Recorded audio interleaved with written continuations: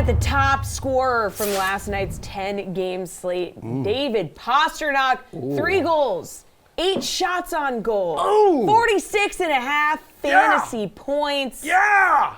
0 assists. Dude, 3 servings of pasta last night as they knock off the Lightning. We were ahead of Tampa for 3rd in the Atlantic Division. Yeah. I think they're actually tied now for like 2nd place, but I don't know what the head-to-head tiebreaker is. But this is like the Bruins right now. I was looking at the record, 12-2-1 in their last 15 games, and all of a sudden, like, they're settling into this position that nobody saw coming around that Christmas like COVID break. Yeah. Like that team was lost, and now that they've added like top pair defenseman in Hampus Lindholm from the Anaheim Ducks, like the Bruins are just steamrolling people right now. And last night was a massive, massive statement win. Yeah. And in the Lightning blowing two leads. Yeah. In that game. Not great. Also something to note. Claude Giroux had 2 assists in his Panthers debut. Oh, yeah. That was like just a big, obviously, because that was a huge trade. So. Then there's like the Evgeny Dadonov. All right, so this was an interesting. This was crazy. This is an interesting story because like he had, when he was traded to Las Vegas from Ottawa, I think it was like last July. He had a limited no-trade clause. Yes. Ottawa, like, forgot to kind of tell Las Vegas. They didn't disclose it to Vegas. It said, hey, so he's got about, like, 10 teams he has a no-trade clause for. One of them is Anaheim. So, like, Las Vegas tries to trade him to Anaheim earlier this week. The league, like, shuts it down. The Players Association fights it, says, no. You can't do that. It got voided. The trade got voided. So he comes back to Vegas and then, like, has a goal and 2 apples, like, last night. Say, okay, yeah, welcome back. We're happy to have you. All right, RotoWire. Speaking of welcoming back. Yeah, let's go. RotoWire's Paul Bruno. I mean, last night, tons of fun storylines, man. Which one was your favorite?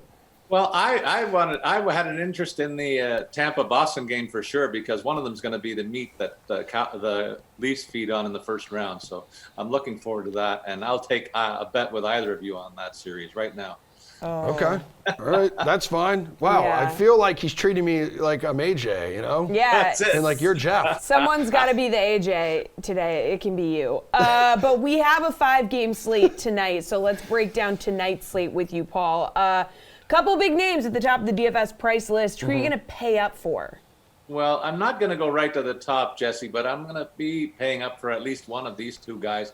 I'll give you 3 actually to consider. Kyle Connor has been lighting it up like crazy in the second half of the season. He's at the 40-goal mark right now and costs $8,000 in a very favorable matchup against a Columbus club that is not the very best, among the best defensively. So I like him to continue his recent role. He's been on fire for a while, and the same goes for Johnny Gaudreau. He's actually Connor on steroids for the last 30 games, I would say, one of the top scorers in all of hockey on that dynamic Calgary first line that is certainly looking like the best line in the whole league for the last 2 months. And he's going to continue that role, I think, against Arizona in a very lopsided mismatch. He comes in at only $7,200. And then finally, Mikko Rantanen from the top line in Colorado. That's another one that's been blazing a wicked trail over the last 6 or 7 weeks. And they're going to roll Philadelphia. The Flyers had a nice win last night, but they're on the second of back-to-backs on the road, and that's going to spell trouble tonight in the Mile High City. For $7,200, I'm all over Rantanen. All right, dude, you're usually very good at hooking people up with some value plays in the DFS department. So do that for us right now. You got a favorite?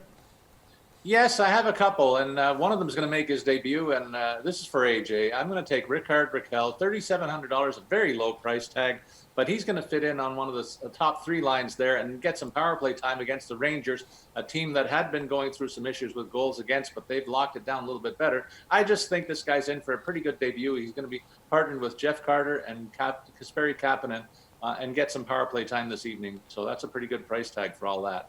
Then Michael Backlund, another guy in the top 6 in Calgary at center on the second line versus Arizona. For $3,600, he's getting to play with Matthew Tkachuk and Dylan Dubé in a revised lineup for Calgary. They're starting to experiment getting ahead of the playoffs and want to see what they can do with this tinkering And this is only going to cost you $3,600. I think it's another mismatch waiting to happen for Calgary, and Backlund takes part in it. And then finally, Nicholas Backstrom centering the second line at Buffalo. He's going to be joined by Anthony Mantha and Tom Wilson on a pretty rugged line with some scoring upside there. He's got 9 points in his last 10 games played, and I think it's a pretty good matchup in Buffalo.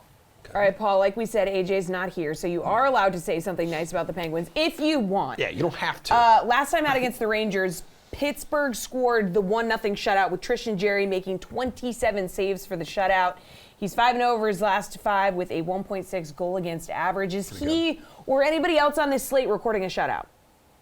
I'm going to say Kemper is the highest priced goalie on the board on merit for Colorado tonight. He's had an outstanding season, and he picked up a shutout recently. I think he's got a nice chance to duplicate that effort against a Flyers team that, as I said, is on the second of back-to-backs, and Colorado's on a roll, as they have been for a long while.